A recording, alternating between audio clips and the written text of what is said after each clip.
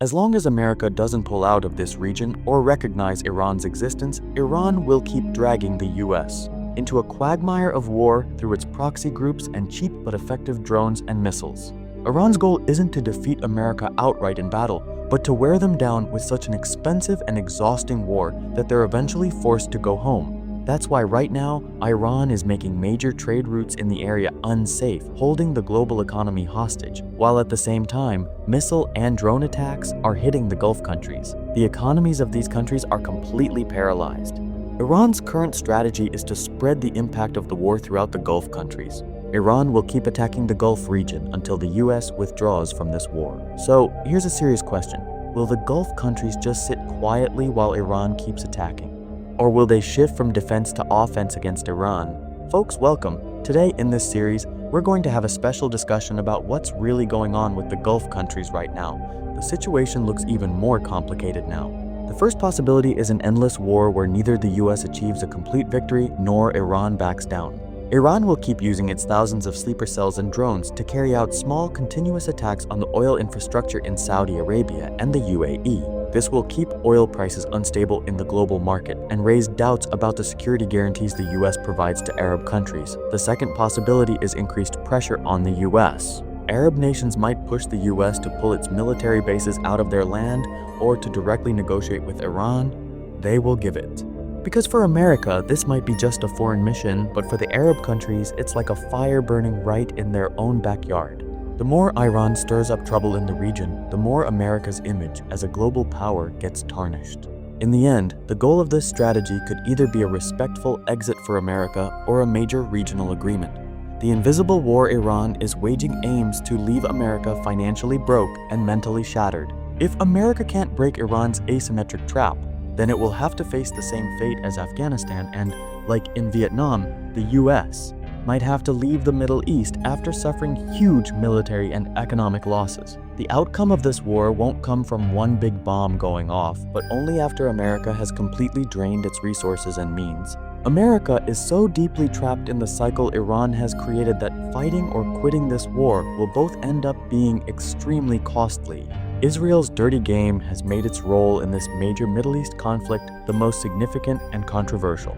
Many political analysts and even opposition leaders within the US themselves. Basically, this war isn't so much about America's own needs, but more about Israel's strategic interests. The main reason the US administration wanted to attack Iran was to give Israel a security guarantee. Hardline US leaders like Marco Rubio have openly admitted that if Israel had attacked Iran, the US military would definitely have been targeted in Iran's retaliation. So to protect Israel, America jumped into the war itself. What this clearly shows is that US foreign policy, especially regarding the Middle East right now, is the conflict is being directed more from Jerusalem than from the White House. For the US, this will be a losing war that risks Israel's global dominance. This isn't just a war America got dragged into by Israel. It's also exposed another dangerous dirty game by Israel, one that seems to be trying to trap countries like Saudi Arabia into this mess. A few days ago, there was a major missile attack on Saudi Arabia's main oil infrastructure. At first, the US and Israel quickly blamed Iran and pushed Saudi Arabia to join the war. But after Riyadh's initial investigation and Iran's explanation, a new and terrifying mystery has come to light. 2 Mossad agents were caught in Saudi Arabia and Qatar planning bomb attacks. Many experts now believe that this attack might not have been carried out by Iran, but by Israel instead. The main goal was to deceive Saudi Arabia into joining a military alliance against Iran and isolate Iran within the Muslim world. The Arab nations worry that in a military war, collateral damage means the fight between these two powers could drag them in too. Whether wanted or not, the damage suffered by third parties or innocent civilians is understood. In the current Iran-America conflict, Gulf countries like Saudi Arabia, UAE, Qatar, and Bahrain are taking a serious hit. Although the US claims it wants to keep this war limited to Iran's territory or end it quickly, in reality, its fallout is badly affecting the neighboring Arab nations right now. Iran's retaliatory strikes aren't targeting the US mainland, but are aimed at American military bases and oil refineries located in the Gulf region. This has. The decades of effort that went into building the Arab world's wealth and infrastructure are now at risk. Arab nations never imagined that the military support they gave to America would turn their own lands into battlegrounds. Especially in places like Dubai, global trade hubs with billions of dollars in foreign investment, missile attacks don't just mean physical destruction, they also shake economic stability and break investors' trust. This situation has caused deep worry and anger among the Arab leaders.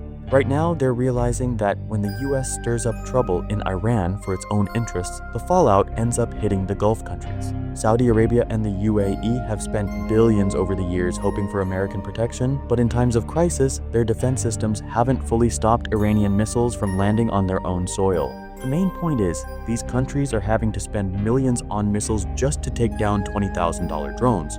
At the same time, Arab countries are suffering economic losses for no reason, just to serve Israeli interests. The situation is tense, so Arab nations are now rethinking their investment and security strategies, sending a clear warning to the US that they're no longer willing to bear the burden of America's forever wars. If this deadlock doesn't end soon, Arab countries might have to isolate the US economically and strategically. Now, a serious question arises: what if Iran attacks these Arab countries? Will the Arab nations retaliate against Iran? It's a tough choice for the Arab states. If drone and missile attacks keep happening, the Gulf region will be caught up in a fight for survival, where staying quiet or jumping into war could both be equally suicidal. In the beginning, countries like Saudi Arabia, UAE, and Qatar will mainly focus on defense, using their advanced Patriot and THAAD systems.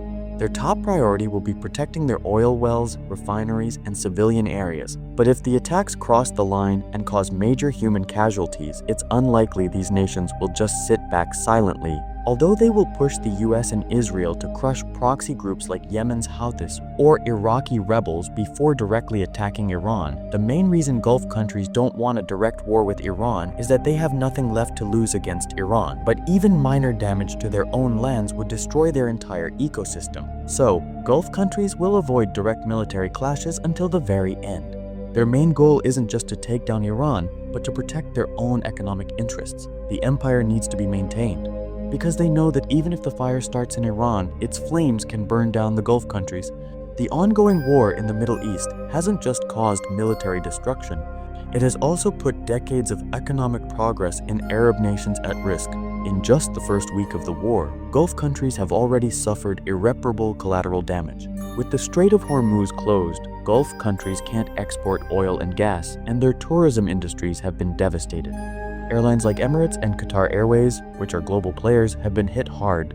Thousands of flights have been cancelled, bringing the local tourism industry to a complete standstill. With the airspace blocked, the economic backbone of both sides is basically paralyzed. According to reports from financial analysts at the Financial Times and Bloomberg, this region has suffered over $1 billion in direct losses in just 7 days. If, as US President Donald Trump said, the war drags on for another 5 weeks, the consequences will be catastrophic. Economists warn that 5 more weeks of ongoing conflict would hit the Gulf countries hard by 2008. It could put the global economy in an even worse situation than a recession. Right now, crude oil prices are at $83 per barrel, but they're projected to hit $130 within 5 weeks. Continuous damage to Saudi Arabia's massive oil refineries and infrastructure will push back ambitious projects like Vision 2030 by decades. This 5-week war could shrink the entire Arab economy by anywhere from $500 billion to $1 trillion. The sharp rise in insurance costs and disruptions in shipping routes have caused food and currency shortages in the Gulf countries, reaching up to 15%. There's a growing risk that the luxurious lifestyle there will get hit hard by inflation. Honestly, Trump's 5-week plan might be a strategic win for the US, but for the Arab nations, it's going to create an economic gap that could take them another decade to recover from. So, the more the US stokes the fire in Iran, the more the future of the Gulf countries will keep burning.